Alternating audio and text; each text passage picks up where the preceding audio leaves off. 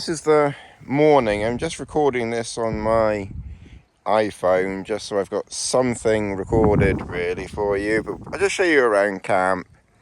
So we've brought the Solomid XL with us, and I've come with my friend and he's got his Duomid, and you probably saw us having fun pitching it yesterday. I seam sealed the Solomid XL last night, but it hasn't rained, so until we get some rain we're not going to know how good my sealant is. One little tip that might be useful for people, because I know that some people have been having problems with water getting in on the inside in this area here, so make sure that you seal all of this down here thoroughly, but I also suggest that you seal this stitching around here, because I think what's probably happening is I think water gets into this stitching and then it funnels down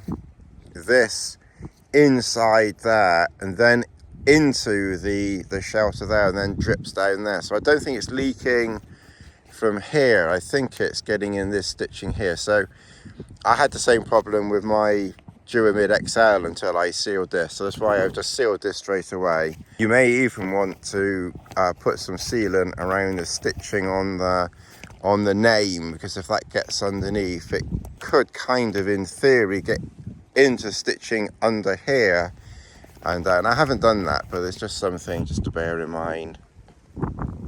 So we've got in camp here. I've brought my sheet of polycrow.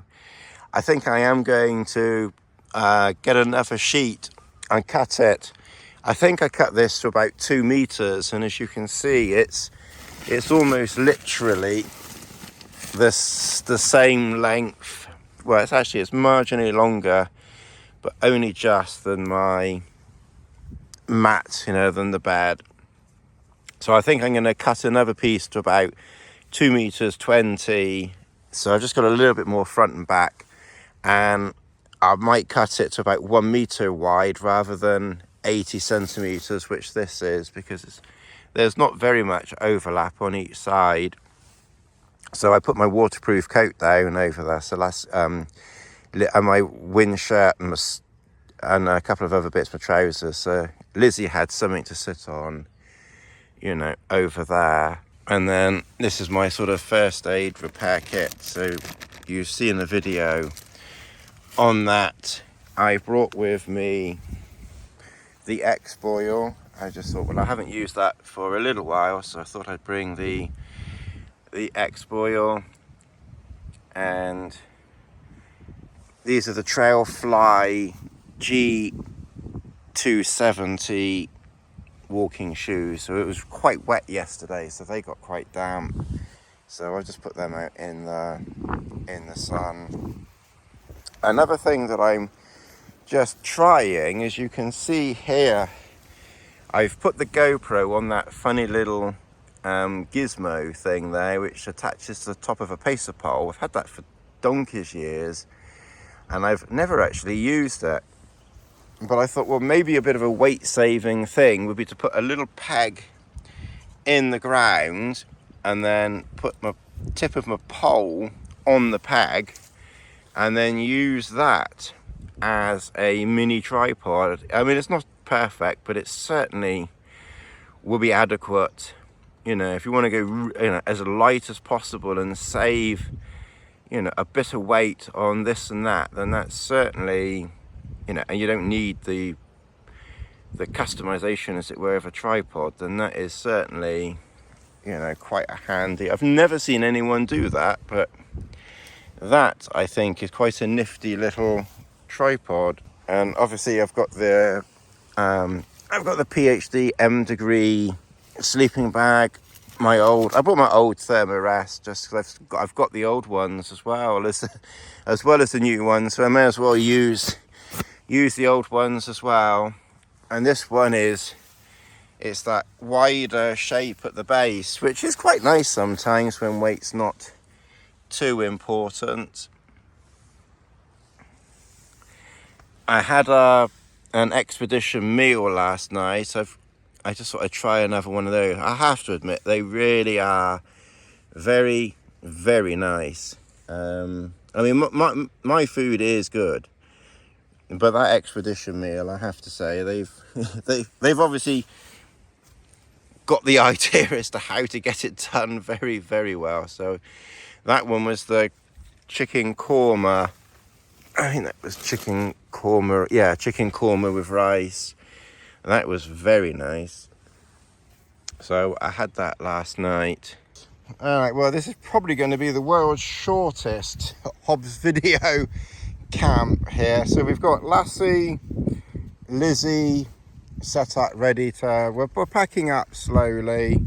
Pack most of the stuff in the hell pack. That hell pack's really good. I'm quite impressed with that. It carried all my stuff in there, which easily, as you can see, fits in. Plus I was able to get 2 platypus filled with water in the top.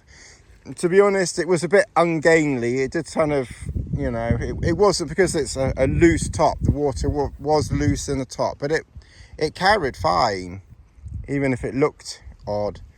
But the platypuses went in the top of that very efficiently.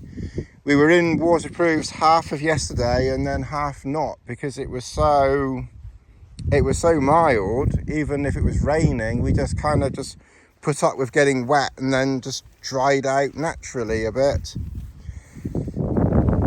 So I've just got the platypuses down there, bits here. I've shown you, don't forget, take your rubbish with you.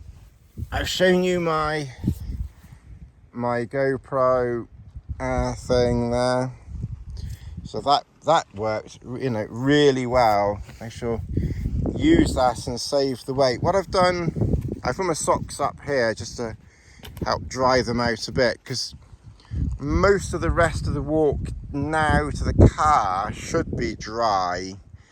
I don't think there's much, if any, wet now. It's just the grass has dried out, so even if you're walking through grass with this sun, it's dried out.